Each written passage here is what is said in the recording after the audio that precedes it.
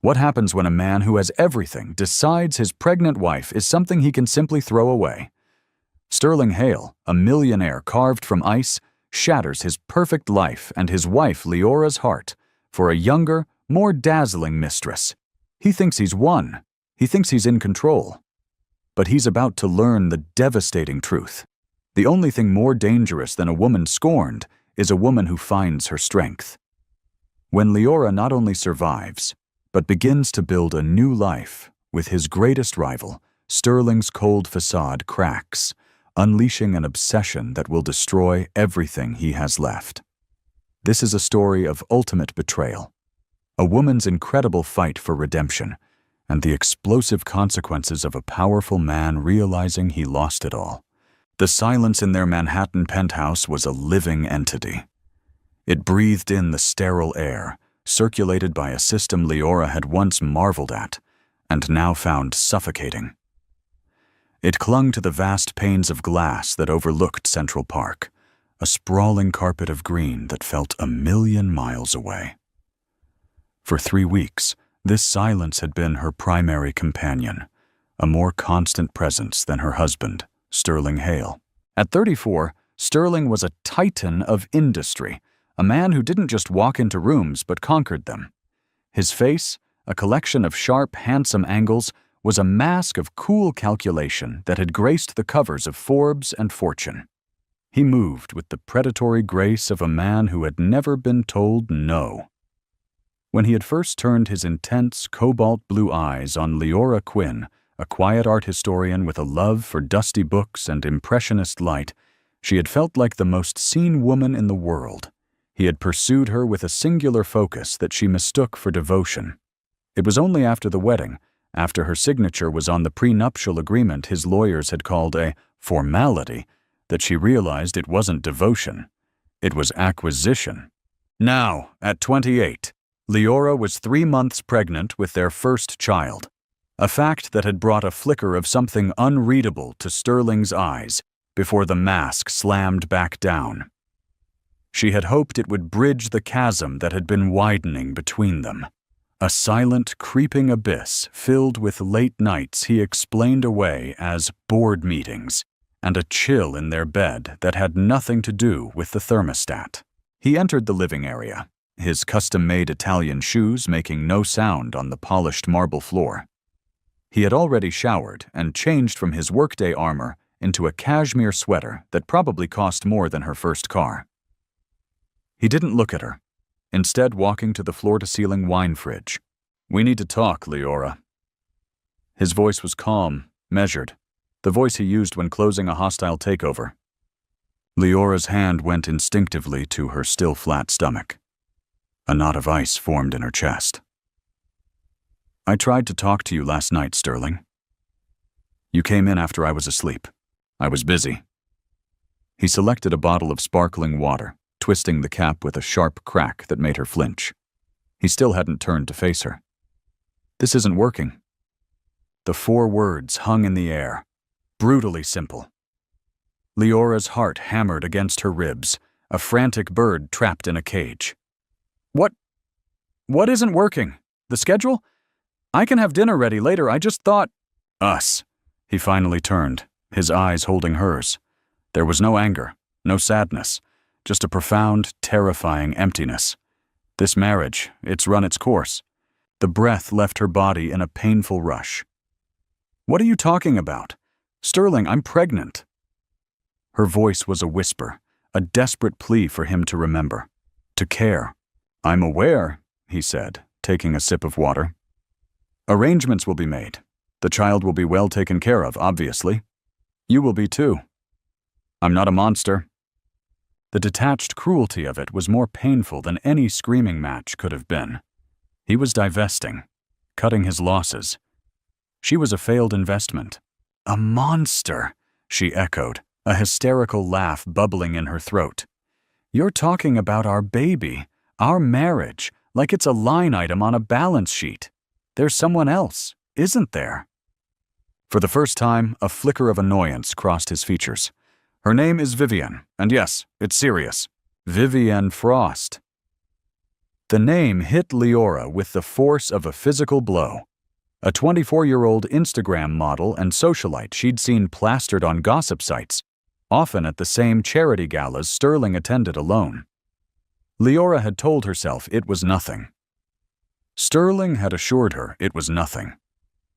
The casual way he said her name now, the possessive finality of "it's serious," told Leora it had been everything.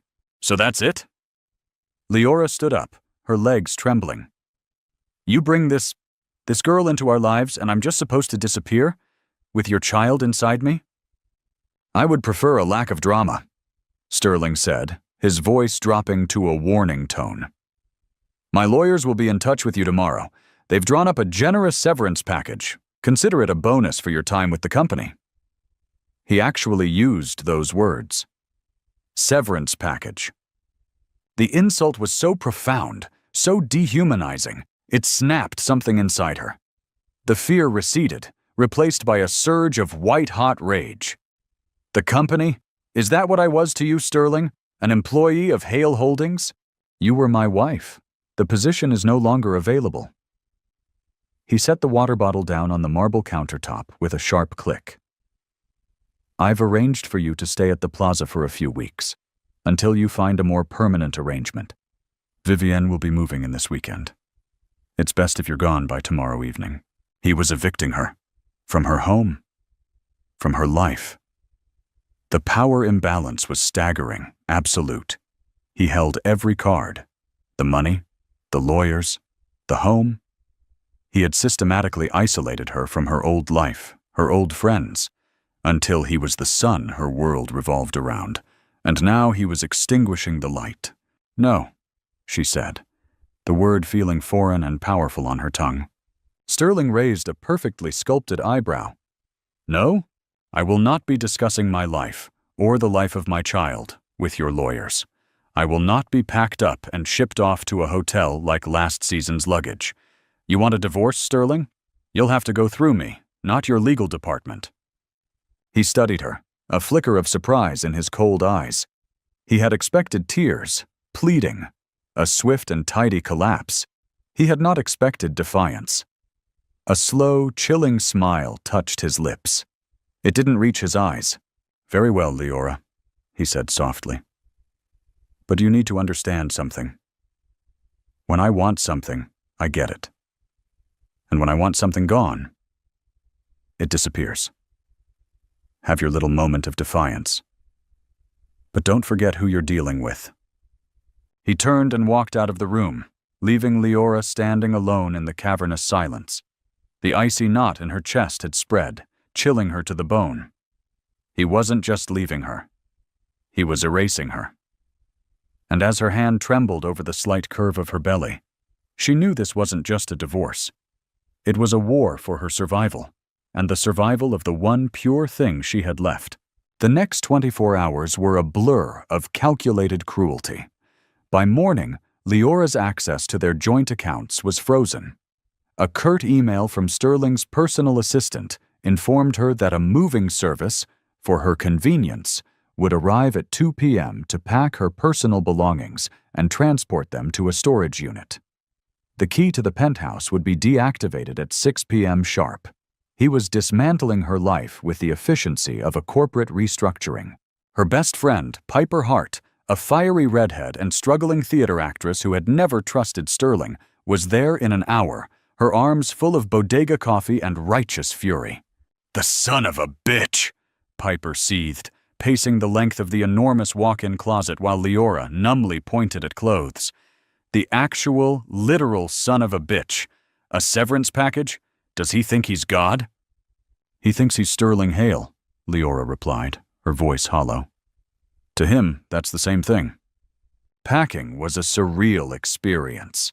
This dress, bought for a gala where Sterling had ignored her all night. Those shoes, a thoughtful gift after he'd missed their anniversary.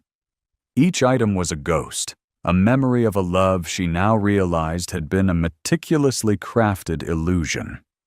The movers, two burly men who refused to make eye contact, worked with a silent, grim efficiency, that made it feel like they were packing up a dead person's effects.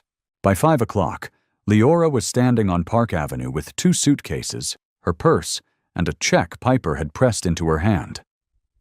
The doorman, who had greeted her with a deferential Mrs. Hale for 3 years, now looked straight through her. Her key was just a piece of useless metal. She was officially an exile. Piper took her to her tiny, cluttered but warm apartment in the West Village. It was a 5th-floor walk-up that smelled of old books and brewing tea, a world away from the sterile, scentless air of the penthouse. For the first week, Leora barely left the guest room. She slept, cried, and stared at the ceiling, the psychological whiplash leaving her nauseous and dizzy. The morning sickness was a cruel, constant reminder of the baby that Sterling referred to as an arrangement. Her first communication from Sterling's legal team was a thick, intimidating packet of documents. The terms were brutally clear. In exchange for her signing an ironclad NDA and agreeing to a swift, uncontested divorce, she would receive a one-time payment. The custody arrangement for the unborn issue was laid out in chilling detail. Sterling would have sole legal custody, with Leora being granted supervised visitation rights at his discretion. They were trying to buy her child. "He can't do this!" Piper raged, throwing the papers onto her coffee table. "This is insane! He's trying to bully you into disappearing!" "It's not bullying," Leora said, a dead calm settling over her. "It's strategy." That was the moment the embers of her old self, the sharp, analytical mind of the historian, began to glow. She had spent years studying the strategies of kings and conquerors. Sterling was no different. He was using overwhelming force to secure a quick, unconditional surrender. And she wouldn't give it to him. With Piper's help, she found a small, fiercely intelligent family law attorney named Serena Cruz. Serena, a woman whose sharp suits and sharper mind commanded respect, read through the proposed agreement, her expression growing stormier with each page. "This isn't an agreement, Ms. Quinn," Serena said, her voice laced with steel. "It's a declaration of war. Mr. Hale is used to people folding. We're not going to fold." The first step was survival. The check from Piper wouldn't last forever. Leora started selling off the jewelry Sterling had bought her, the consolation prizes, the guilt gifts. Each transaction felt like shedding a layer of a false skin. With the money, she rented a small, one-bedroom apartment in a modest building in Greenwich Village. It was sparse, with second-hand furniture and walls that needed painting. But it was hers. One rainy Tuesday, feeling a desperate need for air, she found herself wandering through the small, independent art galleries that dotted the neighborhood. The quiet reverence of the spaces soothed her frayed nerves. In one gallery, a collection of stark, powerful photographs of urban decay caught her eye. She was so absorbed in one particular piece, a shot of a single, resilient weed growing through a crack in a concrete monolith, that she didn't notice the man who had come to stand beside her. "It's incredible, isn't it?" a deep voice said. "How life finds a way." Leora turned. The man was tall and lean, with dark, thoughtful eyes and a shadow of a beard. He was dressed in a well-tailored but unassuming gray suit. There was a quiet intensity about him that was compelling. "It is," she agreed, turning back to the photo. "It's defiant." An apt word. He gestured to the photograph. "Most people see the decay. You see the defiance." He smiled, a genuine warm expression that was a startling contrast to Sterling's cold smirks. "I'm Cassian Wolfe." The name sent a jolt through her. Cassian Wolfe, the CEO of Wolfe Development. He was Sterling's most significant and bitter rival. They were polar opposites in the business world. Sterling was known for hostile takeovers and ruthless downsizing. Wolfe was known for sustainable projects and a reputation for integrity. Their enmity was the stuff of financial legend. Sterling despised him with a passion that bordered on pathological. Leora's guard went up instantly. Was this a coincidence? "Leora Quinn," she said, her tone cooler than she intended. Cassian's eyes widened in recognition. It wasn't her name he recognized. but her face. He had seen her in photos, on Sterling Hale's arm. The ghost of a pained expression crossed his face. He knew who she was, and likely, what had happened. The New York elite gossip mill was ruthlessly efficient. "I'm sorry," he said, his voice soft with what sounded like genuine sympathy. "For what it's worth. I've seen his work up close. No one deserves that." Leora bristled. She didn't want his pity. "I don't know what you mean." He didn't push. He simply nodded, his gaze returning to the photograph. "Well, Ms. Quinn, it was a pleasure to meet you." He gave her another small, respectful smile and walked away, leaving Leora with a strange mix of suspicion and an unwelcome flicker of warmth. He hadn't been predatory or invasive. He had been kind. Meanwhile, Sterling was discovering that his life with Vivian was not the seamless upgrade he had anticipated. The penthouse, once a silent sanctuary of his control, was now filled with the chaos of Vivian's world.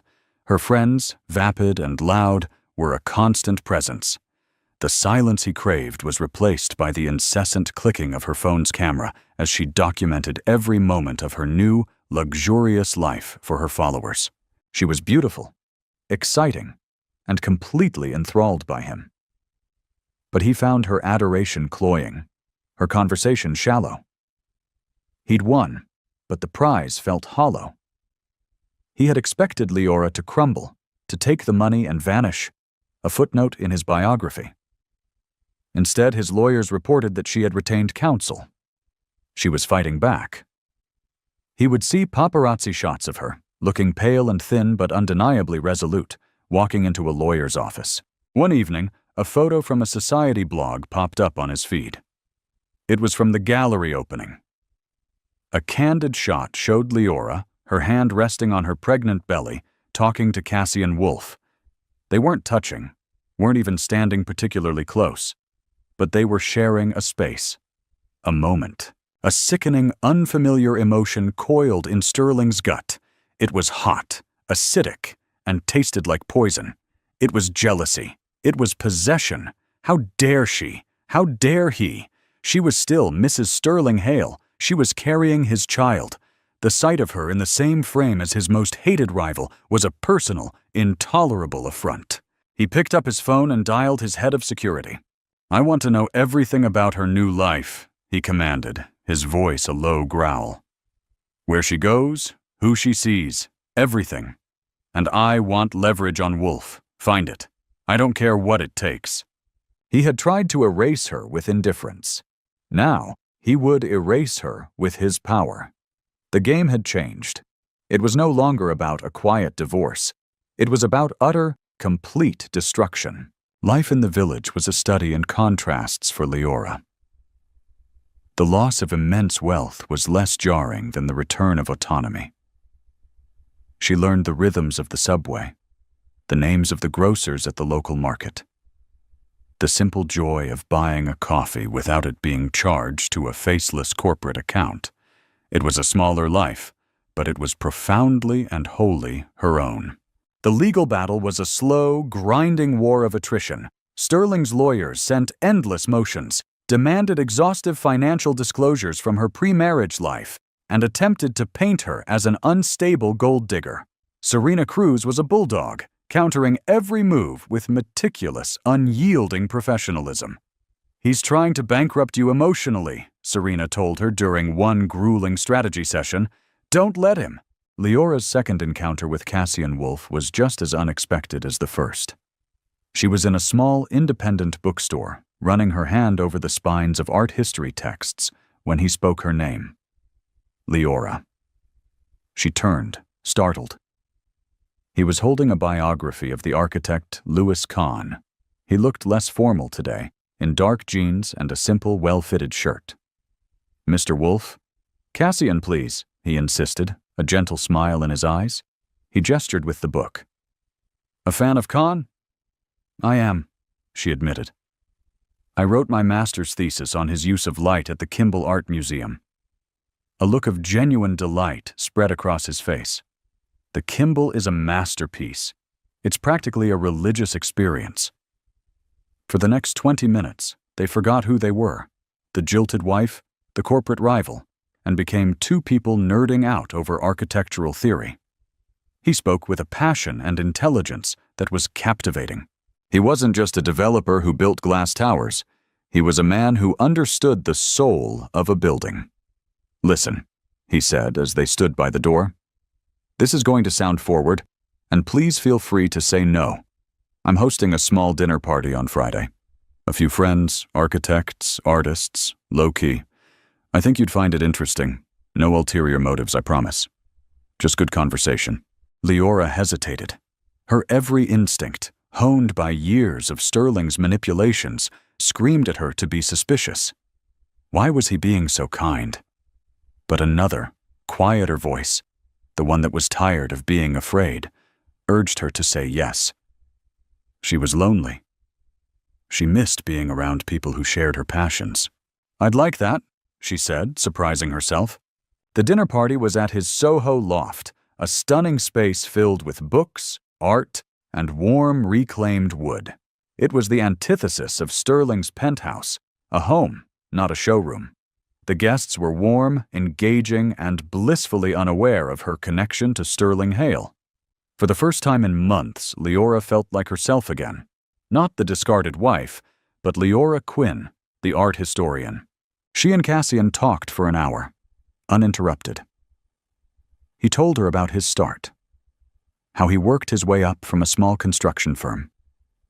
His vision always focused on creating spaces that served communities, not just egos. He listened, truly listened. As she spoke about her abandoned career, the passion she still held for it. "You should be working in the field," he said, his expression serious.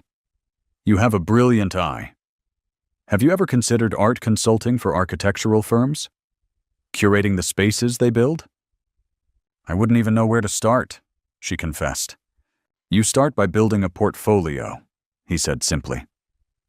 "Offer your services pro bono to a small firm on a notable project.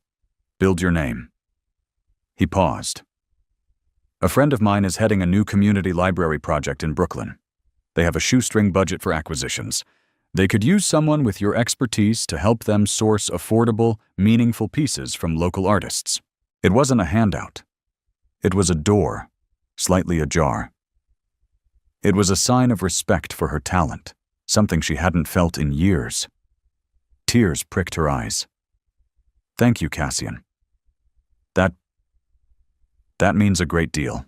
Their relationship grew slowly, organically, from that night on. They met for coffee to discuss the library project. He'd send her articles about new exhibitions. She found herself looking forward to his texts, to his calm, steady presence. He never once spoke ill of Sterling. He never pried into the details of her divorce. His focus was always on her future. The library project became her lifeline. She threw herself into it, scouring student showcases and small galleries, meeting with young, hungry artists. She was good at it. She was negotiating deals, curating a collection, bringing a space to life. She was building something, just as Sterling was trying to tear her down. The slow shift in her was palpable. The fear that had been her constant companion began to recede, replaced by a budding confidence. Her body was changing, the gentle swell of her pregnancy now a visible, reassuring curve. She was creating life in more ways than one. Sterling, accustomed to hourly updates from his security team, watched this evolution with a mounting sense of rage. He saw photos of Leora, her face animated and happy, leaving the library site in Brooklyn. He saw her sharing a laugh with Cassian Wolf over coffee. The narrative he had constructed in his mind, the pathetic, broken wife, was being rewritten before his eyes. And he was not the author. His obsession, once a cold, calculated strategy, was becoming a hot, consuming fire. He saw Cassian not just as a business rival, but as a thief, stealing what was rightfully his.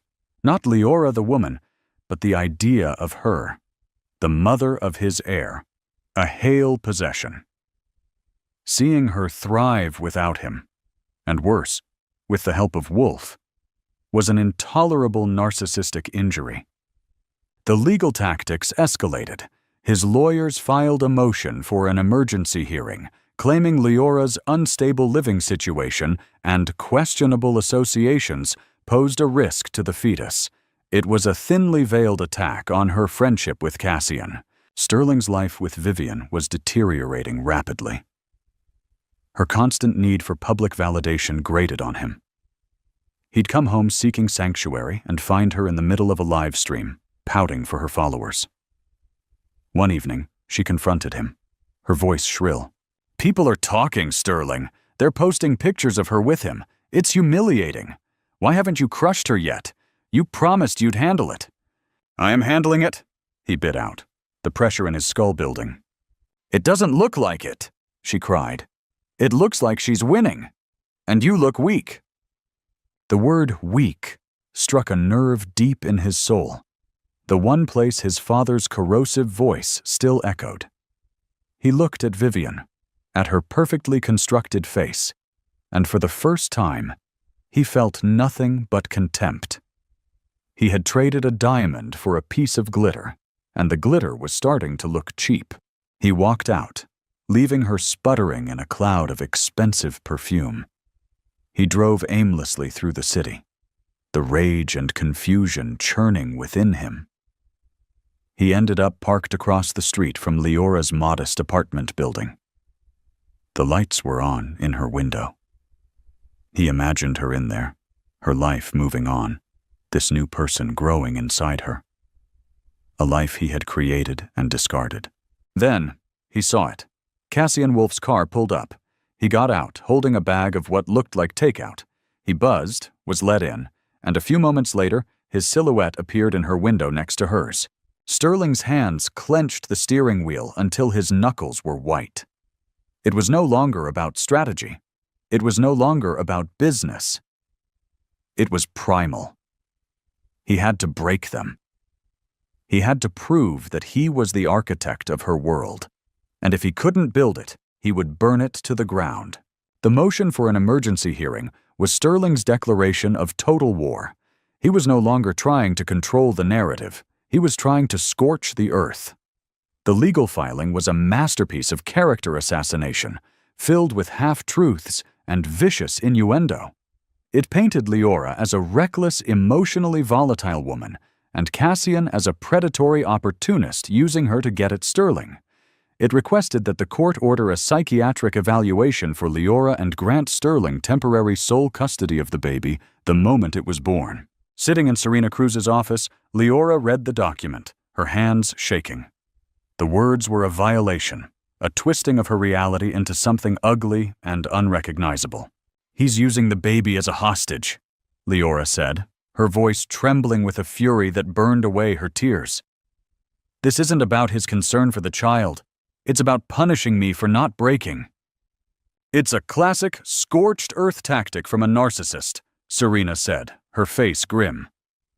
"He can't stand that you're building a new life, particularly with Cassian Wolf. We fight it. We document everything. Your work on the library project, your stable home, your prenatal appointments. We build a fortress of facts to withstand his fiction." The hearing date was set. The psychological toll was immense. Leora felt as though she were living under a microscope, every action scrutinized, every choice second-guessed. Sleep offered little escape, her dreams filled with sterile courtrooms and Sterling's cold, triumphant smile.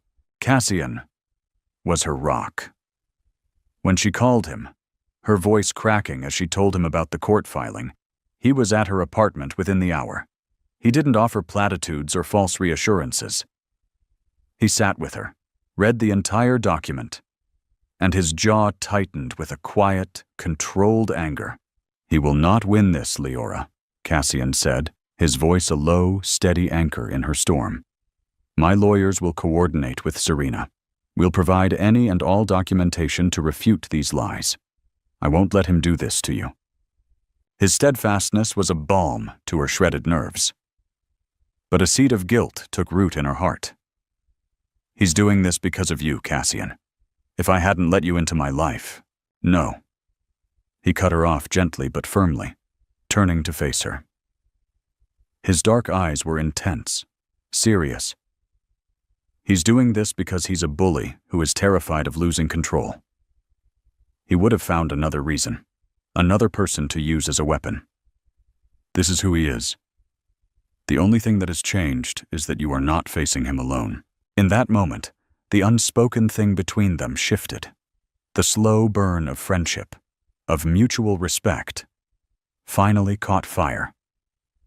He reached out, his hand covering hers. It was the first time he had touched her with such deliberate tenderness. The warmth of his skin was a stark contrast to the memory of Sterling's icy touch. "I'm falling in love with you, Leora," he said, his voice barely a whisper. "I know the timing is a disaster. I know your life is a battlefield right now. But I can't pretend it's just friendship anymore." Tears streamed down Leora's face, not of sorrow, but of a profound, overwhelming relief. It felt like the first breath after being held underwater for too long. "I think I'm falling in love with you too," she confessed. Their first kiss wasn't a desperate, passionate affair. It was gentle, hesitant, a question and an answer all at once. It was a promise of a future she hadn't dared to imagine. Sterling, however, was spiraling. His obsession was consuming his life. He was distracted at work, his Midas touch faltering. He made a reckless, ill-advised bid in a major auction for a new telecom company, a move driven by ego rather than strategy, and lost millions. His board members were starting to whisper. The infallible Sterling Hale was looking volatile. His home life was a wasteland. Vivian, seeing her dream life and Sterling's attention slipping away, grew more desperate. She alternated between screaming accusations and pathetic attempts to reignite his passion. She would dress in lingerie he'd once found exciting, and he would look straight through her, his mind miles away, parked on a street in Greenwich Village. "What does she have that I don't?" She shrieked at him one night, after he'd spent an hour silently staring at his phone, a private investigator's photo of Leora and Cassian leaving a restaurant on the screen. "Nothing," Sterling snapped, the lie tasting like ash in his mouth. But it was a lie. Leora had a quiet strength he had mistaken for weakness. She had a resilience he couldn't break. She had a core of integrity that made Vivian's desperate machinations look tawdry and cheap. Leora had been real, and he had thrown her away for this performance. Vivian's fear and jealousy curdled into something venomous. She saw Leora not just as a rival for Sterling's affection, but as the wrecking ball to her carefully constructed future. If Sterling's empire crumbled, so did she. She had clawed her way out of a destitute background she hid from everyone, and she would not go back. She decided to take matters into her own hands. She found Leora's address. One afternoon, she appeared at the door of the Greenwich Village apartment, dressed in a staggeringly expensive outfit, her face a mask of false concern. Leora opened the door, her heart sinking. "Vivian, what do you want?" "I'm worried about you, Leora," Vivian began, her voice dripping with manufactured sympathy. "And I'm worried about Sterling. This war between you, it's destroying him." "This war was declared by him," Leora said coolly, not inviting her in. "But you keep fighting back," Vivian pressed, her eyes glinting. "You and Cassian Wolf. Do you have any idea what you're doing? You're making Sterling look weak, and that's the one thing he can't tolerate. He'll ruin you. He'll ruin Wolf. He will burn everything to the ground before he loses." "Is that a threat?" Vivian's facade cracked, a sneer twisting her perfect lips. "It's a fact. You think you're so righteous, don't you? The poor, abandoned wife. But you're not as innocent as you look. I know you were feeding him doubts about me long before I came along. I know you were playing the victim to make him feel guilty." Leora stared at her, bewildered. "What are you talking about? I never did that." "Oh, please," Vivian scoffed. "Don't play dumb. You think you can just take him back? He doesn't want you. He's only doing this because his ego is bruised. Leave him alone. Disappear. Take the money and go. It's the best thing for everyone, especially your baby." The confrontation was bewildering, Vivian's accusations nonsensical. But it was also revealing. Vivian wasn't a confident victor. She was terrified. She was standing on a trapdoor and she knew it. The exchange, however, had been observed. A man in a parked car across the street had filmed the entire thing on his phone. He was a private investigator.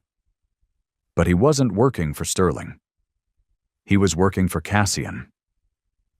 After the court filing, Cassian had, with a heavy heart, hired a discreet firm to tail Vivian, suspecting she was more than just a passive player in Sterling's cruelty.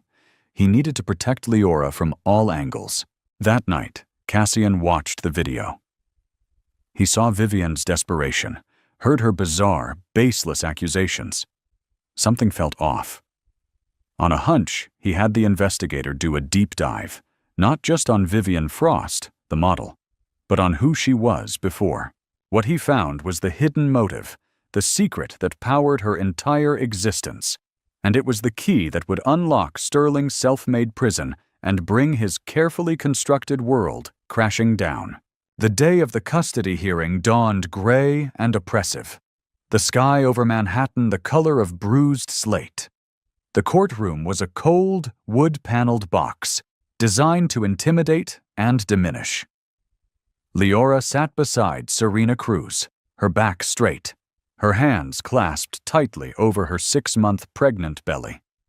Cassian sat 2 rows behind her, a silent, solid presence. Sterling sat at the opposing table, flanked by a team of 3 lawyers. He looked impeccable in a dark, severe suit, his face an unreadable mask of stone.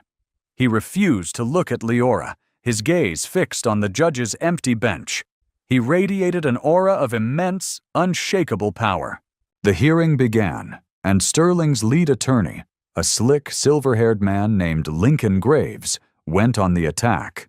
He painted a picture of Leora's life as one of instability, citing her move to a less secure neighborhood and her inadvisable relationship with a man known to have a vendetta against Mr. Hale. He was weaving a fiction of recklessness, and with every word, Leora felt her reality slipping. Then Serena Cruz rose to speak. "Your Honor," she began, her voice calm and clear. "We are not here today because of my client's instability. We are here because of Mr. Hale's obsession." Serena systematically dismantled their case. She presented Leora's lease, her prenatal records, glowing letters of recommendation from the library board. She presented a detailed report from a child psychologist who had evaluated Leora and found her to be remarkably resilient and eminently prepared for motherhood. Then she played her trump card. "Your Honor, the petitioner claims my client's association with Mr. Cassian Wolfe is a source of instability. I would argue it is Mr. Hale's reaction to this friendship that is the real cause for concern." She turned to Sterling's table. "Mr. Graves, is your client aware that his companion, Miss Vivian Frost, paid a visit to my client's home 2 days ago?" A flicker of surprise in Sterling's eyes. He shot a glance at Vivian, who sat in the front row, suddenly pale. "And is he aware," Serena continued, her voice rising, "that Miss Frost threatened my client? We have a sworn affidavit from a witness." Graves objected. But the judge, her interest piqued, allowed it. The mood in the courtroom shifted. The first crack appeared in Sterling's monolithic facade. But Cassian knew this wasn't enough. Sterling could dismiss Vivian's actions as those of a jealous woman. He had to detonate the truth. During a short recess, he approached Serena and Leora, his face grim. He held a thin file. "There's something you both need to see," he said. "It explains everything." He laid out the findings of his investigator. Vivian Frost was born Vera Kosloff. Her father, a small-time contractor in New Jersey, had been driven into bankruptcy and despair a decade earlier after his company was deliberately crushed in a hostile materials buyout. The man who orchestrated that buyout, who saw a tiny competitor and decided to extinguish it for sport was a young, ruthlessly ambitious Sterling Hale. Vera's father had taken his own life 6 months later. Leora gasped, her hand flying to her mouth. It wasn't a coincidence. It was a long-con revenge plot. She didn't just meet Sterling at a gala, Cassian explained, his voice low and urgent. She targeted him. She studied him. She spent 2 years maneuvering herself into his orbit. She learned his weaknesses, his ego, his rivalry with me. She likely fed him lies about you, Leora, fanning the flames of his insecurity to push him into her arms. This was never about love. It was about vengeance. She wanted to become his wife, secure her future, and then destroy him from the inside, just as he destroyed her family. The pieces clicked into place with sickening clarity. Vivian's bizarre accusations, her desperation, her intimate knowledge of how to manipulate Sterling's ego. Sterling, returning to the courtroom, saw the three of them huddled together, saw the file in Cassian's hand, and a cold dread, an emotion he hadn't felt since childhood, began to seep into his bones. When the hearing resumed, Serena Cruz requested permission to call a surprise witness to the stand, Vivian Frost. Panic flared in Vivian's eyes. She tried to refuse, but the judge, her curiosity now fully engaged, compelled her. On the stand, under Serena's razor-sharp questioning, Vivian's composure crumbled. The lies unraveled. When Serena produced a copy of her father's bankruptcy filing, with Sterling's signature on the acquisition papers, Vivian broke completely. "He deserved it," she sobbed, the words tearing out of her, raw and full of a decade of hate. She looked directly at Sterling, her face a mess of tears and smeared mascara. "He took everything from us. He smiled while he ruined my father. I was going to take everything from you, Sterling. Your company, your name, your son. I was going to make you feel what it was like to have nothing." A collective gasp went through the courtroom. Every camera, every eye turned to Sterling. His mask didn't just crack, it shattered. The revelation was a cataclysmic blow. He stared at Vivian, this woman he had chosen, and saw not a prize, but a viper he had willingly brought into his bed. He saw the last year of his life, not as a series of choices he had made, but as a script written by the vengeful daughter of a man he barely remembered ruining. His betrayal of Leora wasn't even his own idea. It was a symptom of his own vanity, expertly manipulated. The power he cherished, the control he wielded with such arrogance, was an illusion. He had been a puppet. He looked at Leora, truly looked at her for the first time in a year. He saw the woman he had loved, the quiet strength he had callously misjudged, the life they were supposed to have. He saw the swell of her stomach, containing a child born of a love he had murdered. And he saw her sitting next to Cassian Wolfe, a man who had shown her the respect and kindness he had been incapable of. The judge's voice was a distant buzz. The lawyer's words were meaningless noise. The entire foundation of Sterling's identity, the master of the universe, the man in control, had been pulverized. He had lost everything. Not his money, not his company. But the one thing he now realized was priceless. A genuine human connection. He hadn't just been left. He had been exposed as a fool. He stood up abruptly, his chair scraping loudly against the floor. He didn't say a word. He simply turned and walked out of the courtroom. His shoulders, for the first time in his life, slumped in defeat. He pushed past the scrum of reporters, his face a ghastly shade of white. He had entered the courtroom as a king demanding his property. He left as a hollow man, haunted by the ruins of a life he had single-handedly and so stupidly destroyed. The reckoning had come, not from a rival or a market crash, but from the ghosts of his own cruelty. The aftermath of the hearing was a quiet implosion. The case was dismissed, Sterling's petitions withdrawn with a terse, one-line email from a junior lawyer at his firm. The story, however, exploded. The tale of the cold millionaire, his vengeful mistress, and the resilient wife became the talk of New York.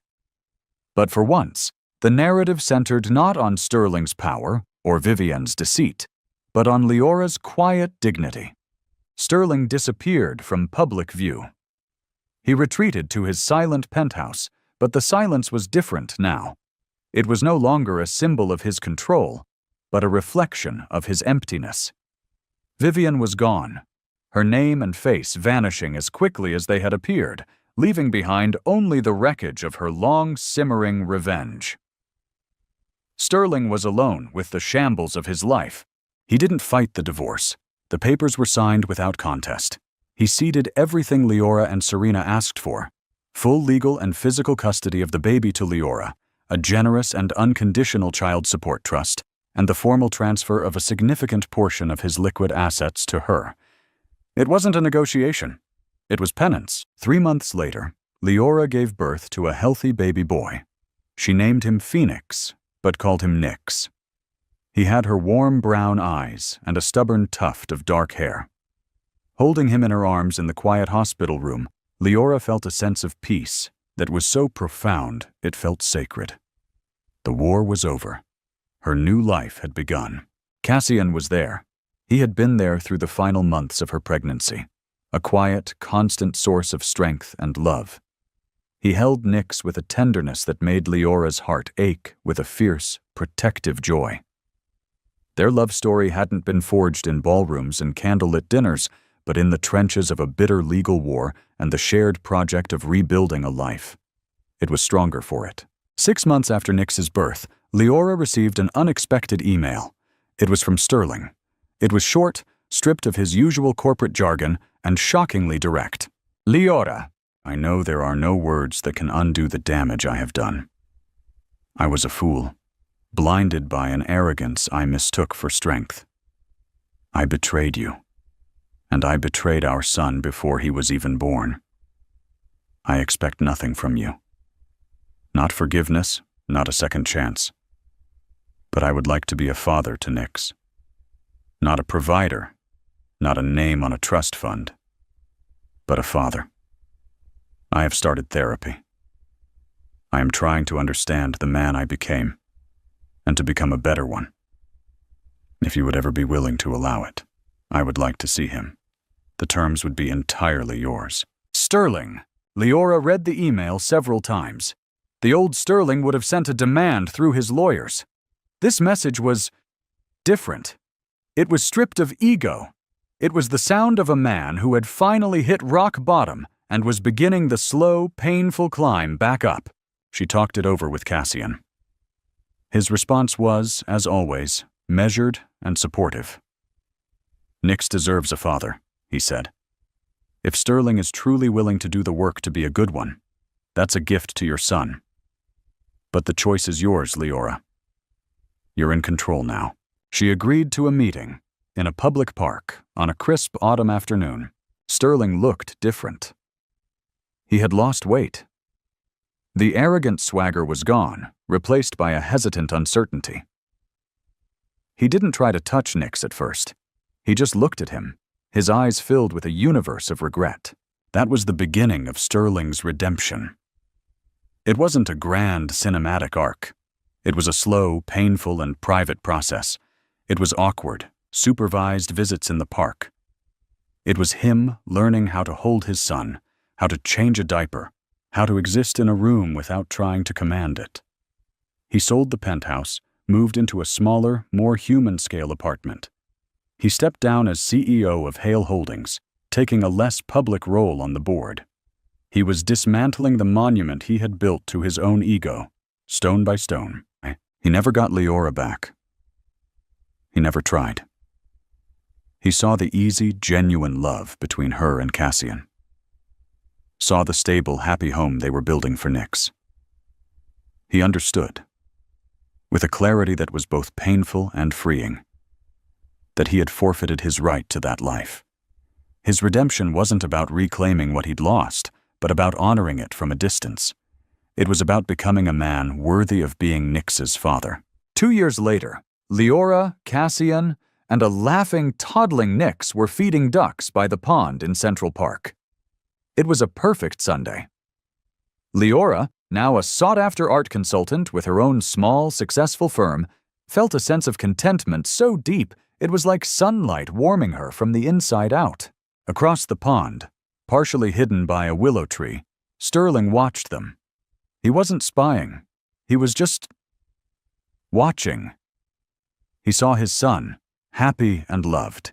He saw the woman he had thrown away, radiant and thriving. A sharp pang of his colossal loss struck him, as it always did. But this time, it was followed by something else. A quiet sense of gratitude. Gratitude that they were okay. Gratitude that, despite his best efforts to destroy it, this beautiful life existed. He gave a small, sad, accepting smile. He had been a cold millionaire who had lost it all. But in the losing, he had found a sliver of his humanity. It wasn't the ending he would have ever chosen, but it was the one he had earned. He turned and walked away, not a titan of industry, but just a man, finally understanding the true measure of wealth. And so Sterling Hale learned the hardest lesson of all. You can't put a price on a human heart.